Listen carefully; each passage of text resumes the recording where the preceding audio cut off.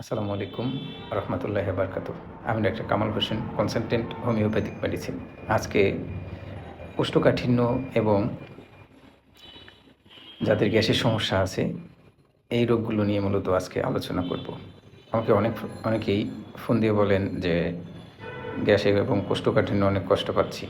২ দিন ৩ দিন পর পায়খানা হয়, প্রচুর অ্যাসিডিটি হয়, কিছু খেতে পারেন না, খেলেই বুক জ্বালা করে। এই সমস্যা থেকে মূলত মুক্তি পাবেন ঘরোয়া পদ্ধতিতে কিছু বলে দিব। এভাবে পালন করলে অনেকটা উপকার কষ্টটা লাঘব হবে আপনাদের। তার মধ্যে হচ্ছে যে ১ম কাজ হচ্ছে যে যারা এই কোষ্ঠকাঠিন্য প্লাস গ্যাসের সমস্যায় কষ্ট পাচ্ছেন, তারা বাইরের খাবারগুলো একদম খাবেন না। ঘরে তৈরি করা খাবারগুলো খাবেন। ফাস্টফুড, কোল্ড ড্রিংকস, চিনি এবং দুধ জাতীয় যে জিনিসটা রয়েছে টোটালি বন্ধ করে দিবেন, একদম খাবেন না। আরেকটা জিনিস হচ্ছে যেমন পাকা পেঁপে খাবেন। তারপর হচ্ছে যে আপনার ইসবগুলের ভুসি রাতে ঘুমানোর আগে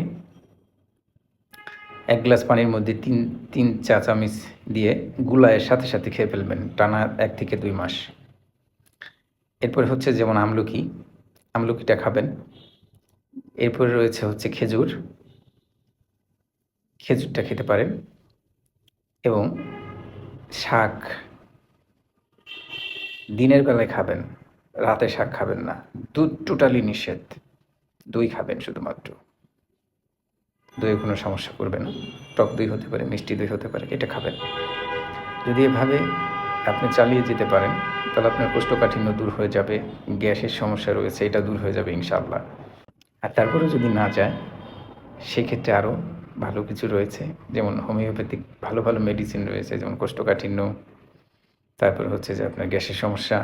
এই সমস্যা থেকে মুক্তি পেতে হোমিওপ্যাথিক মেডিসিন রয়েছে, এগুলো ভালো কাজ করে।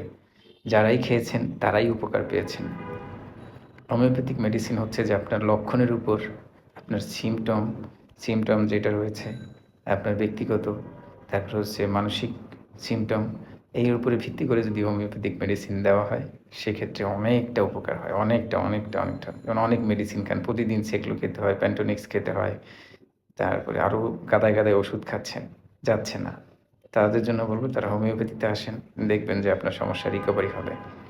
অনেক কথা বলে ফেলেছি, কথার মাঝে ভুল ত্রুটি হলে ক্ষমা সুন্দর দৃষ্টিতে দেখবেন। নিয়মিত নামাজ আদায় করবেন। ভালো থাকবেন। আসসালামু আলাইকুম রহমতুল্লাহি ওয়া বারাকাতুহু।